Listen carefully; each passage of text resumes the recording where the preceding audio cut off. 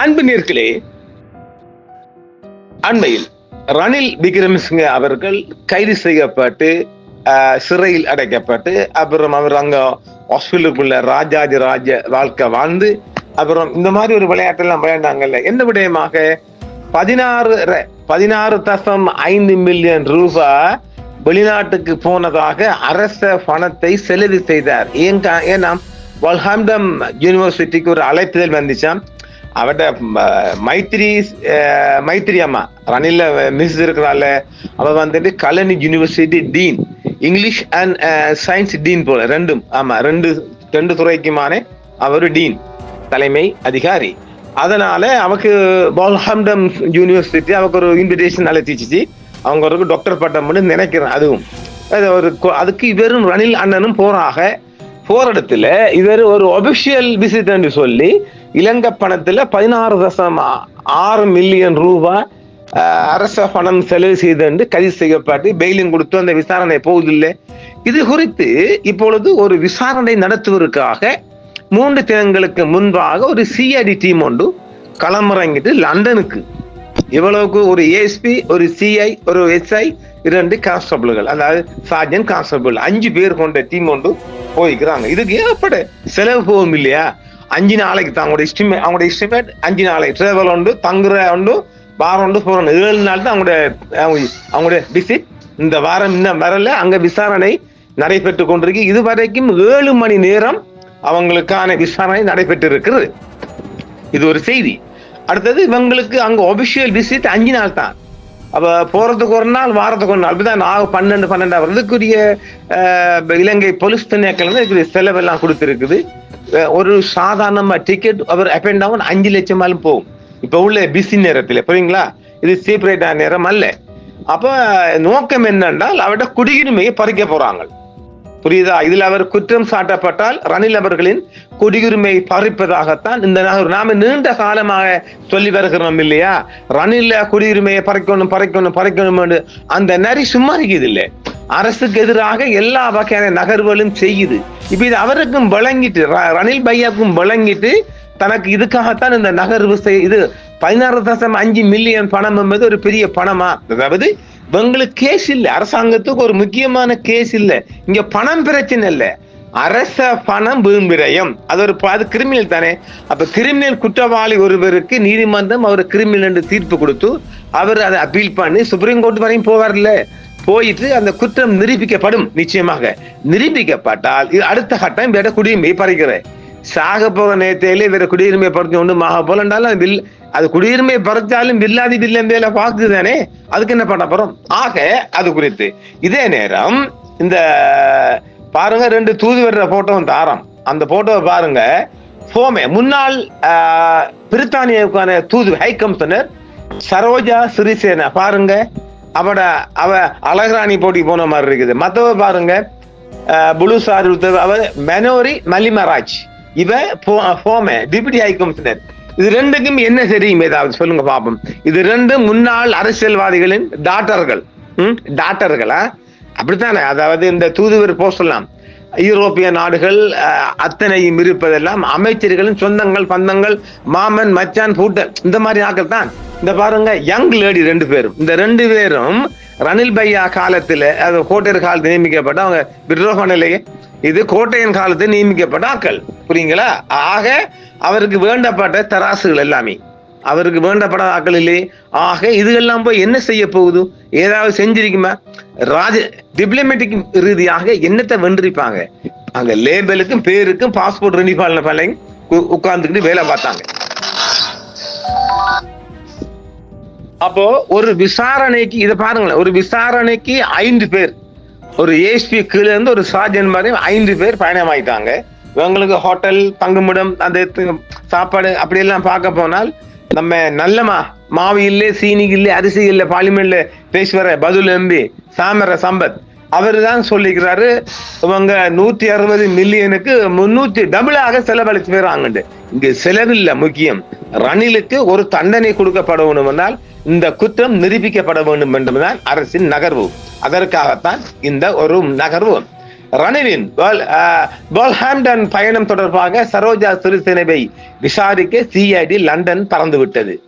ஒரு கடிதத்தை சரிபார்க்க 5 நாள் ரகசிய பணிக்கும் பயணமும். இலங்கையின் அரசியல் துயர நகைச்சுவையின் சமீபத்திய அத்தியாயத்தின் பகுதி த்ரில்லர், பகுதி சக்சஸ். இதுதான் இந்த சிங்களத்துக்குள்ள ஒரு செய்திகளா. குற்ற புலனாய்வுத்துறை அவர்களின் சூட்கேஸ்களை எல்லாம் பேக் செய்து கொண்டு லண்டனுக்கு பறந்துட்டாக. அதுல பாருங்க, உதவி ஒரு ஏஎஸ்பி, சிஐ, SIPS என்று 5 பேர் போய்த்தாக. இது அவர்கள் பெரும் வெளிநாட்டு, அவங்களுக்கு சும்மா இல்லை, இதுக்கு இது வெளிநாட்டு அந்த கிளைமும் கிடைக்கும். இல்ல கூட்டி கணக்கு பார்த்தோம்னா டபுள் செலவு தான். நீங்க செலவு இல்லையே முக்கியம் இவரை இலக்கு வைத்து விடயம். ரணில் பையாவே இலக்கு வச்ச விடயம். இந்த விரிவடையும் நாடகத்தின் மையத்தில் லண்டனில் உள்ள இலங்கையின் முன்னாள் தலைமை ராஜதந்திரி சரோஜா சிறிசேன. அப்ப இந்த சரோஜா சிறிசேனையும் அதாவது இந்த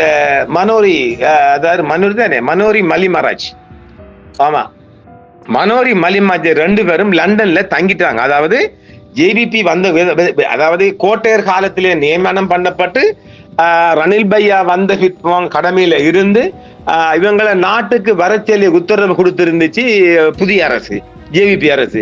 அவங்க நாட்டுக்கு வரல. ஏனென்றால் இந்த யூரோப்ல இருக்கின்ற இந்த மாதிரி ராஜதந்திரிகள் எல்லோருக்கும் அந்தந்த நாடு அவங்களுக்கு 10 ஆண்டுக்கு விசா கேட்டா கொடுக்கும். அந்த மாதிரி யூரோப்பியன் தேசத்துல இவங்க ஒரு வாழ்க்கை அமைச்சிட்டாங்க. நாட்டுக்கு வரவும் இல்லையே, வந்தாலும் சிக்க. அவன் என்றால் அவங்களுக்கு கொடுக்கப்படுற ராஜதந்திர அந்த diplomatic passport red colour, maroon colour 2 மாறு இருக்கும். இந்த பாஸ்போர்ட் கிடைத்தவுடன் அவங்களுக்கு அந்த நாட்டுல அவங்களுக்கு 10 வருஷத்துக்கு லண்டன் இருக்கு இல்லையா, பிரிட்டன் 10 வருஷம் விசா கொடுத்துருக்கீங்க. அப்ப ஆக இவங்களோட ராஜதந்திர கடமை முடிவடைந்த போதும் கூட அங்கே தங்கிட்டாங்க. 2 பொம்பளையும் தங்கிட்டாங்க. அவங்களை விசாரிக்கத்தான் இப்ப நாட்டுக்குள்ள லண்டனுக்குள்ள இந்த சிஐடி டீம் களமிறங்கி இருக்குது. இது ஒரு செய்தியாக. இப்போது 7 மணி நேரமாக லண்டனில் நேற்று என்ன கிழமை, ஞாயிற்றுக்கிழமை என்னும் கொடுக்கப்பட்ட டைம் அப்படித்தானே அவங்களுக்கு வழங்கி, அவங்க ஞாயிற்றுக்கிழமை எல்லாம் பார்க்கல, அவங்க கூப்பிட்டு வரத்தான் செய்வாங்க. அந்த நேரத்தில் இவ சரோஜா அம்மணியை கூப்பிட்டு இந்த வருகையின் போது ரணிலின் மனைவி பேராசிரியர் விக்ரம் சிங்குவுக்கு ஒரு பதவி வழங்கப்பட்டதாக கூறப்படுகிறது. இது கல்வி சடங்கு, கௌரவம் அல்லது கண்ணியமான செயலா என்பது ஒரு சர்ச்சைக்குரிய விடயமாக்கப்பட்டு சிஐடி இப்படி போகுது. இப்போது சிஐடி லண்டன் தூதரர் அவங்களை கூப்பிட்டுக்கிற உத்தியோகபூர்வமாக லண்டன் ஹை கமிஷன்ல அவங்க அட்ரஸ் இருக்கும் இல்லை அவங்களுக்கு, அவங்க லண்டன் ஹை கமிஷன்ல வச்சு தான் இங்க ஒரு பணி கொண்டிருக்கிறது. இப்போது அவங்ககிட்ட எடுக்கப்பட்ட கேள்வி கசிந்து இருக்கனா. இப்போது சரோஜா சிறிசேன விளக்க வேண்டும் என்று சிஐடி விரும்பின கேள்வி, முதலாவது கேள்வியாக அழைப்பை வழங்கியது யார், அது அதிகாரப்பூர்வமாக அங்கீகரிக்கப்பட்டதா, ராஜதந்திர வழிகள் சரியான முறையில் பயன்படுத்தப்பட்டதா, உயர் ஸ்தானிகர் ஆலயம் நிகழ்வை அங்கீகரித்ததா, மேலும் ஜனாதிபதியின் பயணம் உண்மையில் அதிகாரப்பூர்வ உடையில் அணிந்த தனிப்பட்ட வருகையா, அவர் ரிமாண்ட் செய்யப்பட்டு விடுவிக்கப்பட்டார். மேலும் இந்த பயணம் முழுமையாக சட்டபூர்வமானது மற்றும் தேவையான அதிகாரிகளால் அங்கீகரிக்கப்பட்டது என்று தொடர்ந்து கூறி வருகிறார் ரணில் தரப்பு. அவரது ஆதரவாளர்களின் கூற்றுப்படி விசாரணை ஒரு அரசியல் பழிவாங்கும் நடவடிக்கையை தவிர வேறில்லை எனவும், ஒரு முன்னாள் தலைவரை களங்கப்படுத்த எதிரிகள் மேற்கொண்ட சூழ்ச்சி முயற்சி என்றும் அவங்க சொல்றாங்க. ஆனால் இந்த வழக்கு உறுதியான நிதி அடிப்படையில் கட்டப்பட்டுள்ளதாக சிஐடி வலியுறுத்துகிறது. எந்த ஒரு நிரூபிக்கப்பட்ட அரசும் நன்மை இல்லாமல் ஒரு பயணத்திற்காக 16.6 மில்லியன் ரூபாய் பொது நிதியை தவறாக பயன்படுத்தியது பயணத்திற்கான அதிகாரப்பூர்வ நியாயம்.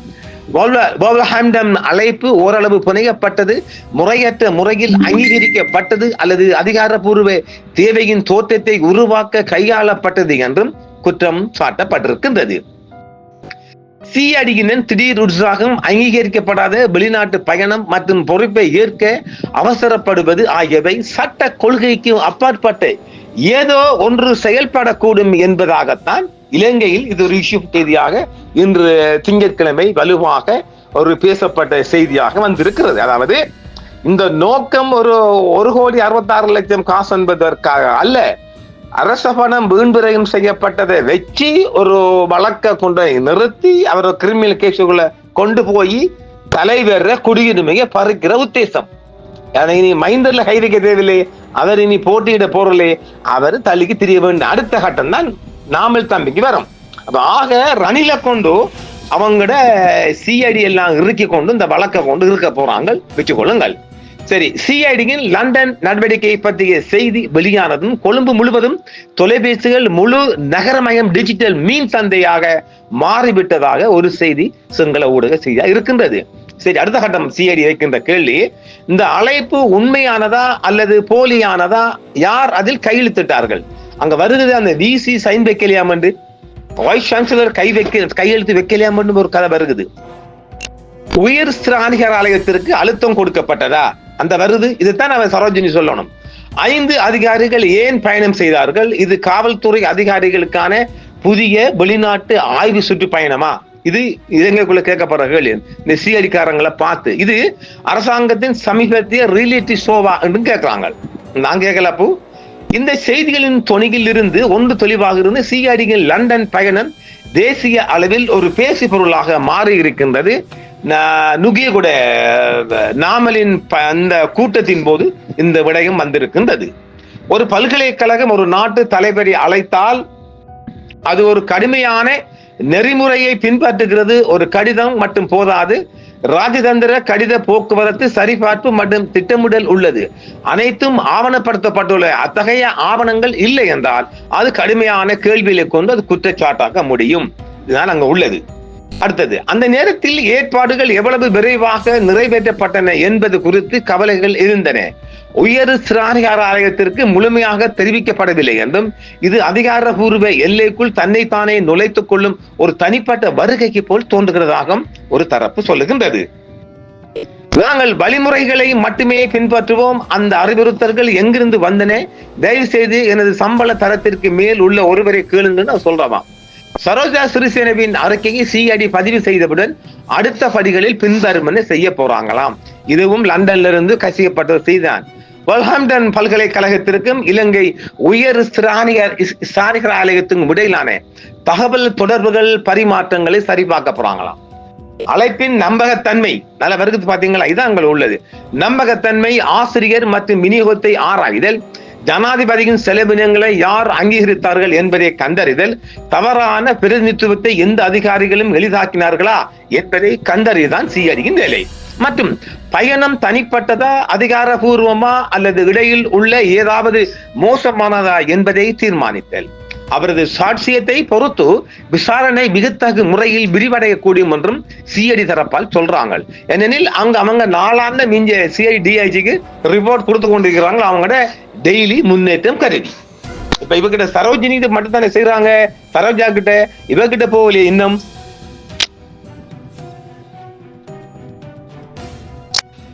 சிஐடியின் குற்றச்சாட்டுகளை ஆதாரங்கள் அதிகரித்தால் ரணில் விக்ரமசிங்கே நீண்ட சட்ட நடவடிக்கை ஆளாகக்கூடும் என்றும் அது அழகாக செல்லுகின்றார்கள்.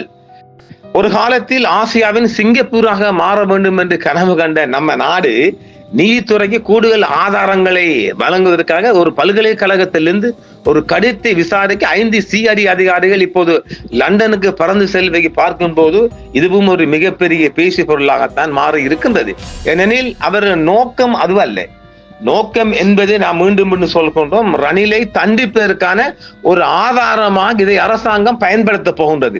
நாமும் நீண்ட காலமாக சொல்லி வருவது என்ன, இந்த ஜனாதிபதி வந்தவுடன் நாம சொல்லி வருவோம், நாம ஜனாதிபதியுடைய நம்ம கொடுக்கப்பட்ட பல ப்ரொபோசல்ல நாம கொடுக்கப்பட்ட விடயங்களும் இதுவும் ஒன்றுதான். என்னால் மைந்தான் கம்பெனியும் ரணில் பையாவோட குடியுரிமையை பறிச்சாதான் இந்த ஆட்சியை கொண்டு செல்லலாம். இதுல இவர் டில்வின் சில்வாவும் குறியாரிக்கார். இப்ப அவரும் லண்டன்ல போய் அங்க ஒரு ஆர்ப்பாட்டம் நடந்திருக்குல்ல, அதை நான் வேற செய்தியா தருவோம். அப்ப ஆக 1,66,00,000,000 பணம் அல்ல முக்கியம், இந்த குற்றத்தை நிரூபிக்கணும். இன்னும் டபுள் ட்ரிபிள் போய் செலவு போனாலும் கூட இந்த சட்டத்தை நிரூபிச்சு பையாவை தண்டிக்கணும், அவட சிரிக்க ரைட்ஸை பறிக்கணும். இதுதான் இந்த அரசாங்கத்துல முழு நோக்கம். அந்த நோக்கத்துக்கு நான் முழு ஆதரவு கொடுப்பேன். ஏனெனில் இந்த மாதிரி இந்த ஊழல் பெருச்சாளிகளுக்கு ஆதரவா இருந்து இவர் ஊழல் செய்யாட்டையும் அத்தனை ஊழல் பெருச்சாலையும் இவர் தடுக்கலானே. நான் அழகா சொன்னேன் தெரியுமா? இவருக்கு மட்டுமில்லை, இவர மனைவிக்கும் நான் எழுத்து மூலம் கொடுத்திருந்தேன். இந்த மக்களுக்கு கிடைக்கிற கடைசி வாய்ப்பு பையா, இதை நீங்க அழகா செய்யுங்கன்னு நீ சாங்கல ரெட்டாக இன்னும் சூடு இருக்கார். எழுத்து மூலம் சிங்களத்தில் அழகாக பல பக்கங்களை ஒவ்வொரு ப்ரொபோசலா கட்டம் கட்டமாக நம்பர் போட்டு நான் கொடுத்திருந்தேன். பார்த்துட்டு சிரிச்சிட்டு நாம் அமல்படுத்துவோம் மட்டும் எனக்கு அவர் வாக்குறுதி செஞ்சிருந்தார். சாகல ரெட் நாயக்க நான் உடனடியாக தலைவர் சப்மிட் பண்ணுவேன்னாங்க.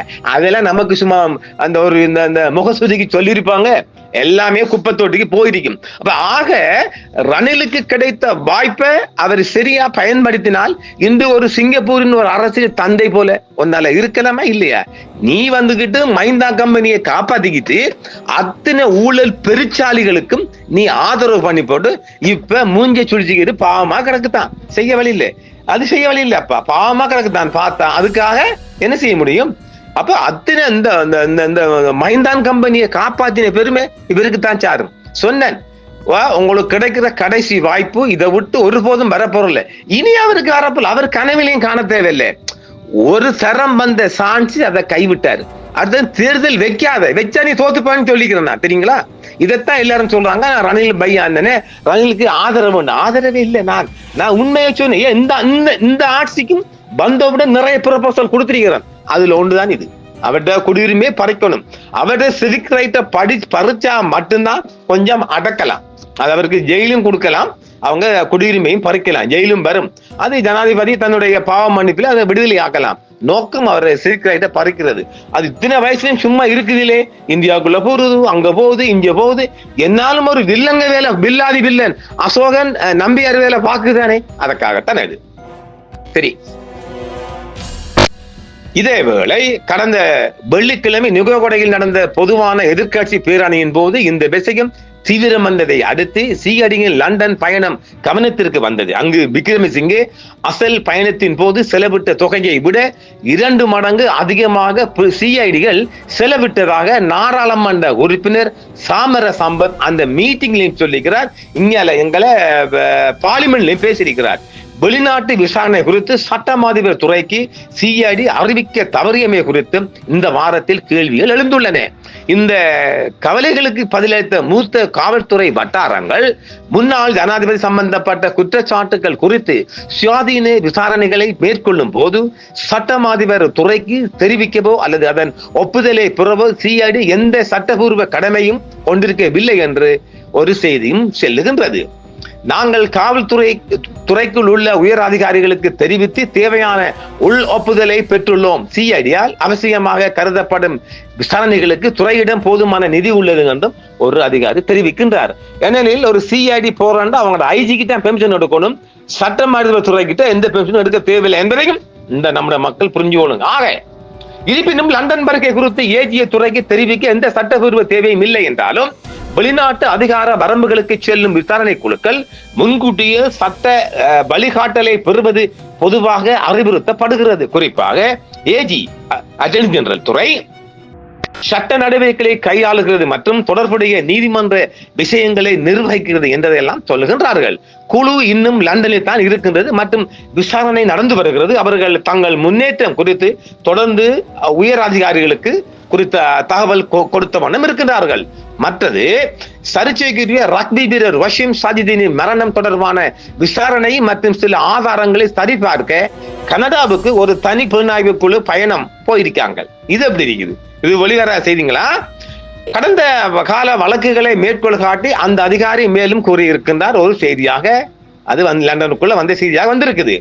லண்டனில் உள்ள இலங்கை உயர்ஸ்தானிகத்தின் முன்னாள் உறுப்பினர்களான முன்னாள் ஹை கமிஷனர் சரோஜா சிறிசேன, அருணா பெர்னாண்டோ மற்றும் கிருஷாந்த சிவசிங்கே ஆகியோரிடம் சிஐடி அதிகாரிகள் வாக்குமூலங்களை பதிவு செய்து விட்டார்கள். இதெல்லாம் இந்த நிதி பொறுப்புக்கும் சில முக்கியமான, அதாவது அட்டேச் சொல்லுவோம் இல்லையா, அட்டேச் ஹை கமிஷனர், எப்படி எனக்கு தமிழ்ல விளக்கம் தெரியலையே. அட்டேச் ஹை கமிஷனர் சொல்லுகின்ற போது சரியாக விளக்கம் தான் உங்களுக்கு. ஒரு தூதுவர் அல்லது பொறுப்பு வாய்ந்த உயர் அதிகாரி, டிப்யூட்டி ஹை கமிஷனர் அல்லது கவுன்சிலர் இல்லை என்றால் இவர் அட்டேச் பண்ணப்படுகின்றவர் ஆக்டிங்கா இயங்கலாம்.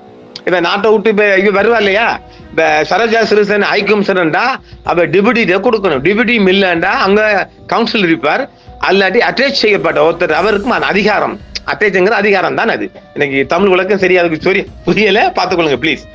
ஆக இவங்கிட்ட எல்லாம் சிஐடி அங்க லண்டன்ல ரிப்போர்ட் எடுத்துட்டாங்க. கடைசியாக இந்த மனோரி மலிமராட்சி கிட்ட நாளைக்கு எடுக்கிறாங்க, செவ்வாய்க்கிழமை. அது எடுத்து முடிய நாட்டுக்கு கிளம்புறாங்க. ஆக ஒரு மிகப்பெரிய ஒரு ஆதாரபூர்வமான தடயம் அவங்களுக்கு கிடைத்திருக்கு.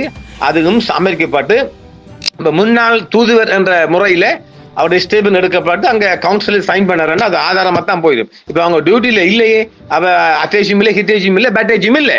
சோ அவரோட கையெழுத்து அங்க கவுன்சிலர் உறுதிப்படுத்த உடனே அது ஒரு ஆவணமாக நீதிமன்றத்துக்கு ரணில் பையாவை தண்டிப்பதற்கு கண்டிப்பதற்கு தேவையான ஒரு பொறுப்பு வாய்ந்த ஆவணமாக நாங்கள் பார்க்கலாம்.